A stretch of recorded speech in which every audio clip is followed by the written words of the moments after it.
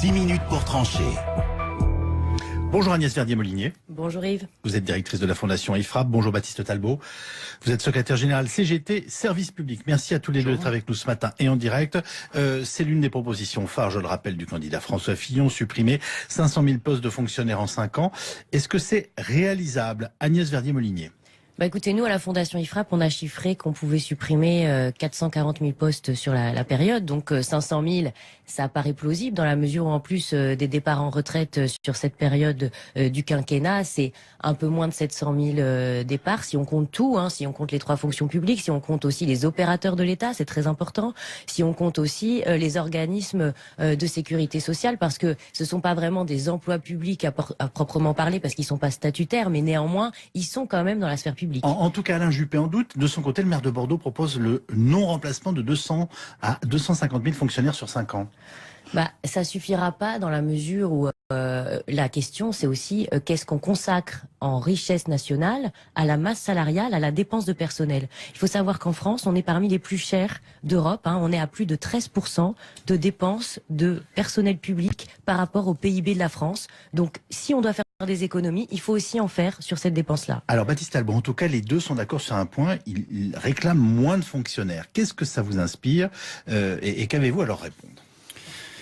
Écoutez, nous avons de nous poser la question de savoir s'il est réaliste de supprimer 500 000 emplois. On pense qu'il faut se poser la question de savoir si c'est souhaitable. Clairement, la CGT répond que non. Nous, ce qu'on dit aujourd'hui, c'est qu'il y a des besoins importants en termes de services publics qui ne sont pas couverts par la puissance publique. Je rappellerai ici que depuis 2010, notre pays compte 2 millions d'habitants supplémentaires. Donc à ces 2 millions d'habitants correspondent autant de besoins de services publics.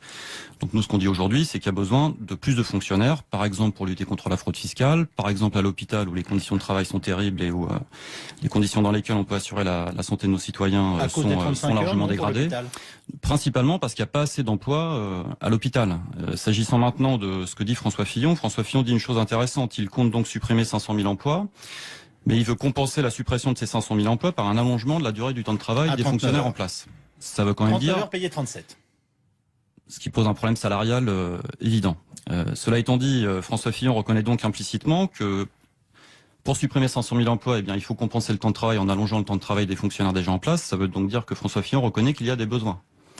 Sauf que dire aujourd'hui qu'on va allonger le temps de travail des fonctionnaires, c'est absolument pas réaliste de notre point de vue. Je rappelle d'abord que plus de la moitié des fonctionnaires actuellement dans le pays travaillent déjà plus de 35 heures. Il y en a même près de 30% qui travaillent plus de 40 heures par semaine. Il y a des millions d'heures supplémentaires aujourd'hui effectuées dans la police et à l'hôpital. Donc dire qu'on va augmenter ce temps de travail, c'est absolument irréaliste. Ça veut donc bien dire que François Fillon compte concrètement supprimer des postes de fonctionnaires, ce qui pose un réel problème. Réaction d'Agnès Verdier-Molinier. Le souci, c'est la question justement du temps de travail annuel des agents publics. À la Fondation IFRAP, on a beaucoup travaillé sur les bilans sociaux et on s'est rendu compte que dans beaucoup d'administrations, dans beaucoup de collectivités et dans certains hôpitaux aussi, on n'est pas aux 1607 heures qui sont en fait les 35 heures annualisées, c'est-à-dire le temps de travail complet d'un temps plein.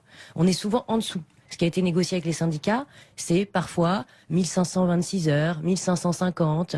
Et quand vous regardez les comparaisons avec les pays étrangers, notamment avec l'Allemagne, le temps de travail à temps plein dans le secteur public en France, il est de 200 heures de moins que ce que font les fonctionnaires ou les agents qui travaillent dans le public en Allemagne.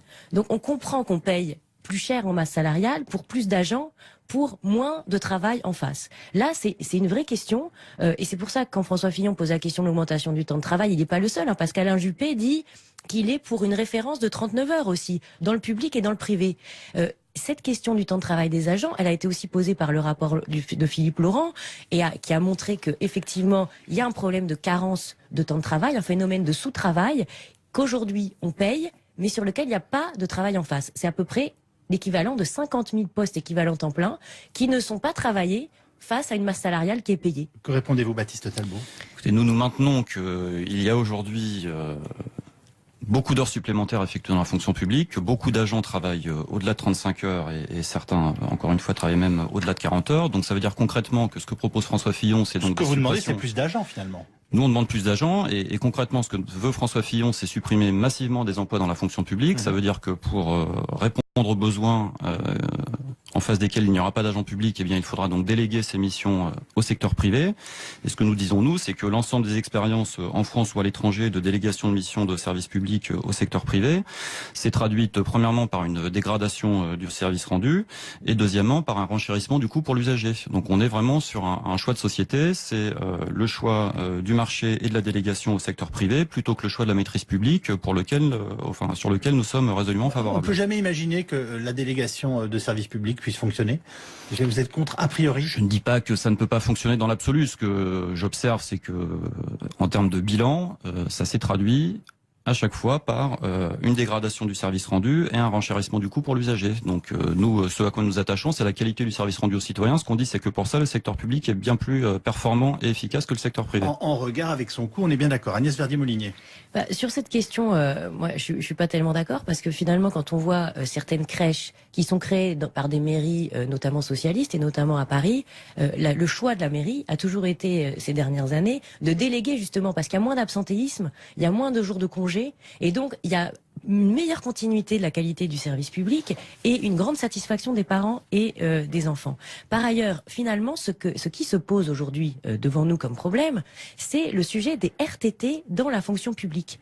Pourquoi? Parce que, vous l'avez dit tout à l'heure, il y a beaucoup d'agents qui sont déjà à 38 ou 39 heures par semaine, mais en fait, le problème, c'est qu'il y a beaucoup de jours qui sont non travaillés dans l'année. Sur certaines villes, comme par exemple Montpellier, entre les jours d'absentéisme, les jours de congés payés, les jours du maire et les jours de RTT, on arrivait à 92 jours non travaillés en moyenne par les agents. Donc comment vous voulez avoir une qualité de service public quand les agents sont pas là parfois 80-90 jours par an? C'est pas possible. Donc cette question de la qualité du service public, elle est un peu dévoyée en réalité.